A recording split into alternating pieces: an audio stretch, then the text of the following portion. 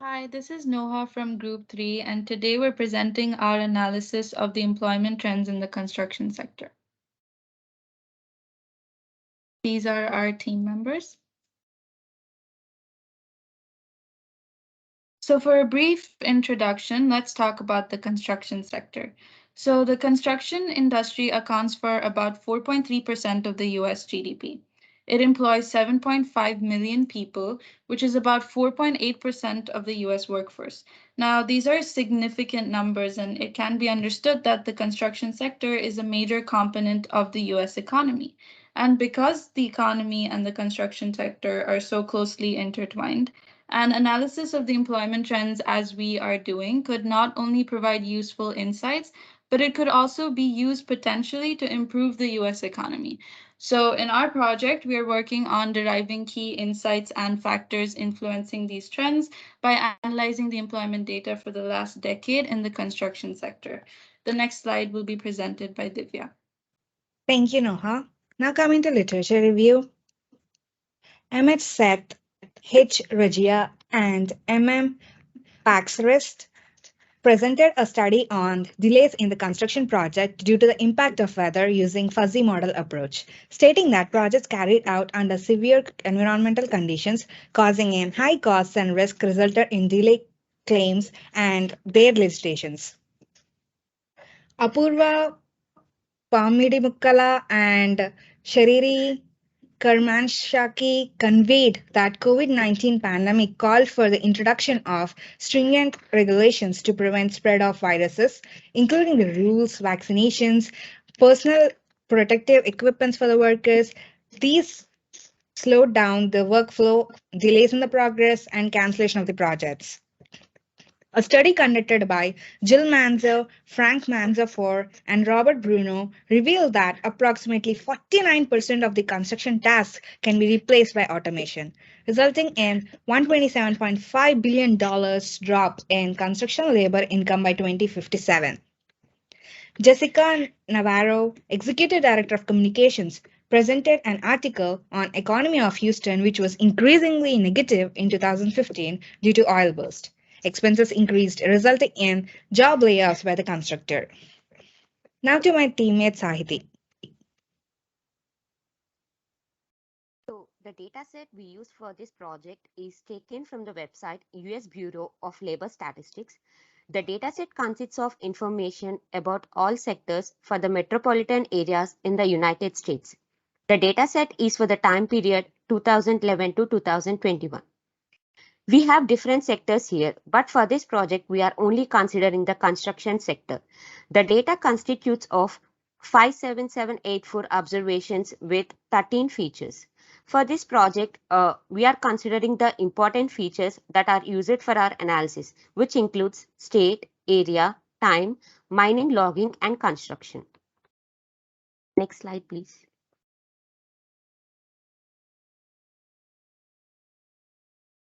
So these are the problems that we are expected to solve using the above data set. We have tried to analyze the employment data in construction sector using the following perspectives. Number one is the seasonal variations that may affect the employment rate. And number two is the COVID effect on the employment rates. And number three includes the sudden changes that occur in the employment numbers. Number 4 includes the overall trend of employment rate in construction sector for the time frame 2011 to 2021. Now my friend Grishma will take over the seasonal variations. Thanks, Saiti. Construction industry is highly influenced by bad weather conditions as it completely relies on labor and outdoor activities. After analyzing the data from different levels, we found some interesting facts in the seasonal variation. And the first is this graph that we've seen on the slide, which represents the monthly employment rate for the last decade. Here, we observe an increasing trend in the number of opportunities in construction sector until July and a stable rate of employment for the next 3 months while experiencing a slight drop during December. By this, it means that There is a drop in construction jobs during winter months, that is from December to February, followed by an increasing trend in the number of construction jobs each month after the winter months.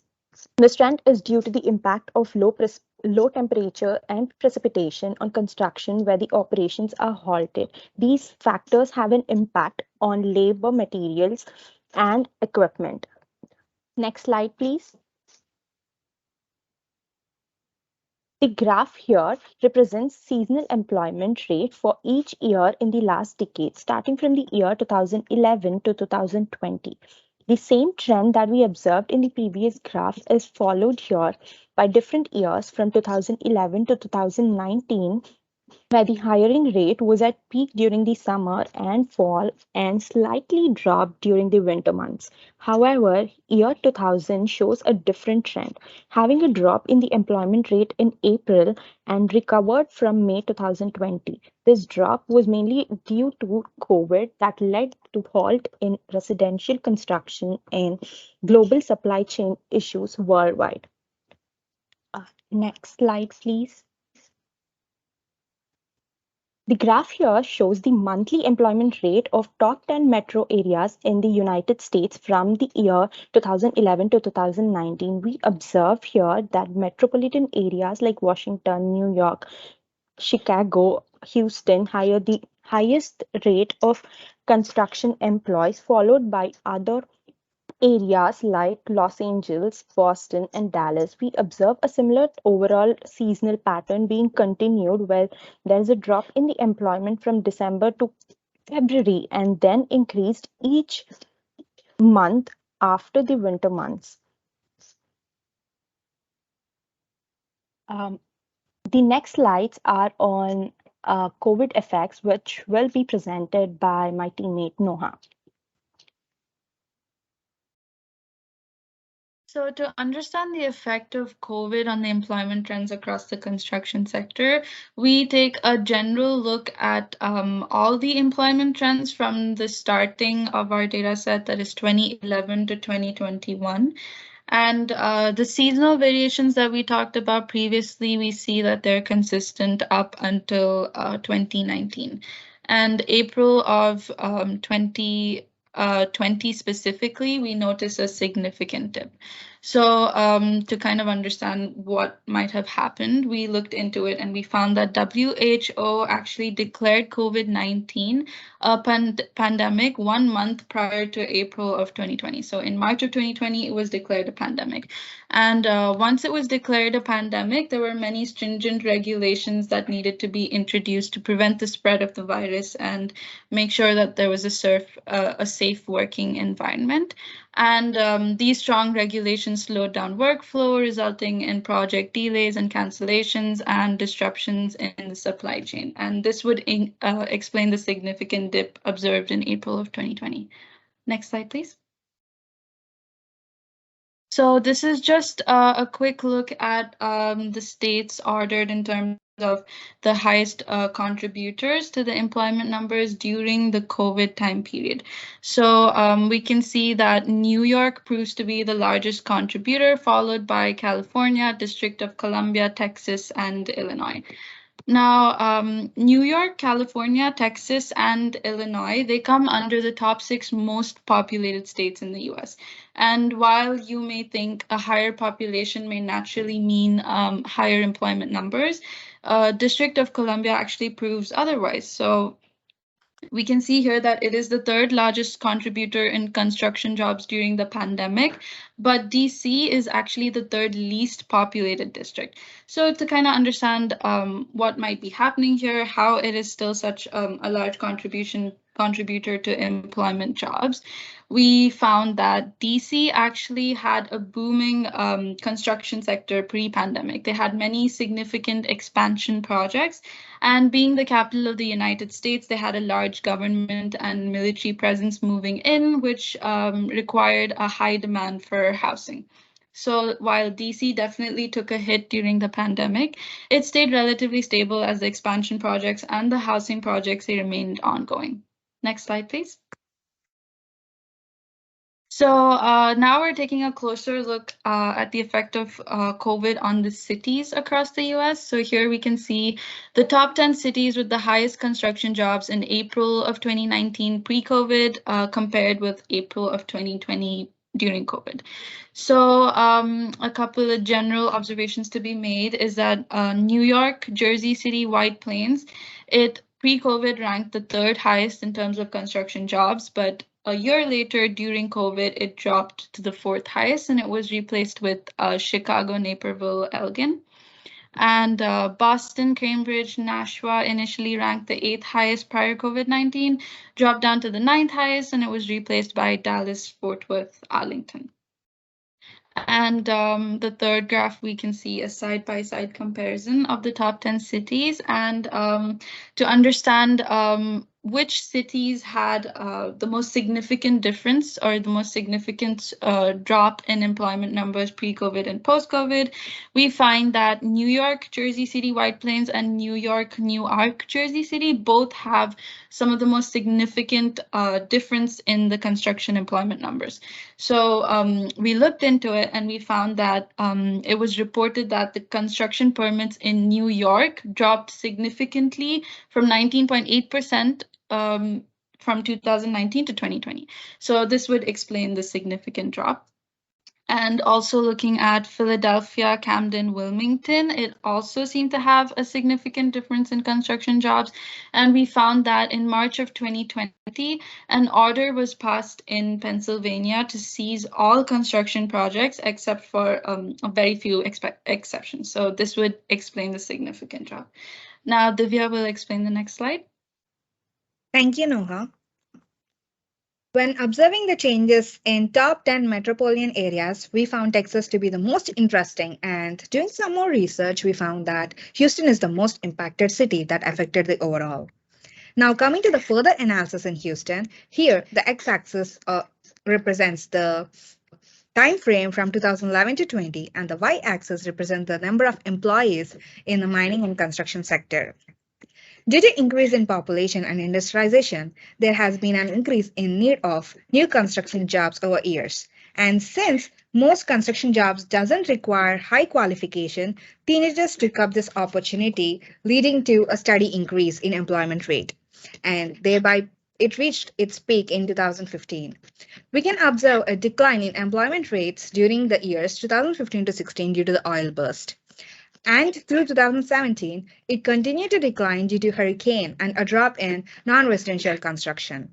However, we can see that the increment from 2017 to 18 as the city started recovering from hurricane by constructing and remodeling the destructed as well as the starting the new projects, thereby increasing the employment rates.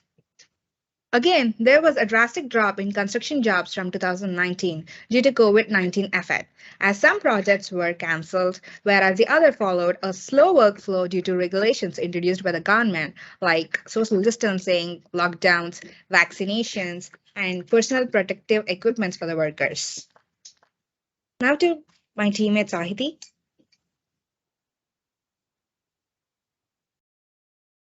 The overall trend in the employment rate cannot be constant in many metropolitan area in any sector. This applies for the construction sector too. These can be affected by various factors which include people migration to other cities, health hazards like COVID-19, weather conditions, increase or decrease in new projects, recession in the economy, and many more. So this plot visualization demonstrates the overall trend that occurs in the various states in the employment rate for the construction sector over the time period 2011 to 2020. Here, the x-axis represents the time frame in years and the y-axis reports the change in the employment rate. Next slide, please. So this plot represents all states that shows an increase in the employment rate from 2019 to 2020, which is considered to be a COVID period in the construction sector. Many states see a decrease in the employment rate, but we can observe that Arizona has the highest employment rate when compared with the other states in that particular period. This can be due to the people migration to this town and then there are another reasons like people working in the COVID also. Next plot. So the left one, the blue line graph, is a simple representation of the overall trend for the state of Texas in the employment rate for the construction sector. So from this graph, we can analyze that there is a positive correlation between years and employment rate. But this is not applicable for the time ranges 2015 to 2016 and 2019 to 2020, where we can see a decrease in the rate of employment. So the right graph is a red line graph that depicts the overall trend in the rate of employment for the state West Virginia in the construction sector. Here we can see that there is a constant decrease in the employment rate from 2012 except between the period 2017 to 2018. This is due to the pipeline project that was started in the 2017 which increased the employment rate in the West Virginia. Conclusion will be presented by my teammate Vivya. Thank you, Saiti. Now coming to conclusions, concluding the 4 topics is as follows. As we can see, in seasonal variations, we observed an upward trend in the rate of construction jobs in the fall and summer months, and a downward trend during months of winter. Interestingly, the employment topped in the years 2011 and 2019 compared to all the other seasons. COVID effect. During April 2020, there was a dramatic dip in employment rates due to introduction of stringent regulations to prevent the spread of COVID-19 virus. Surprisingly, we found no effect of pandemic in states like Arizona, Idaho, Utah, South Dakota, and Nebraska. Observing the sudden changes, unemployment and loss of construction jobs observed in Houston during Great Oil Bust of 2015 to 2016. Between the years October 2018 to 19, the recovery from hurricane, a substantial growth of construction jobs was noticed, leading to highest employment rate in 2019. Overall, we observed that there is a constant decrease in the employment rates, except for the time frame 2017 to 18 in West Virginia due to recession in the state. Sudden increase in the employment numbers during 2017 to 18 due to the start of new pipeline project. Finally, from all the conclusions, we could say that the best states with the construction jobs are as follows: the New York State, Massachusetts,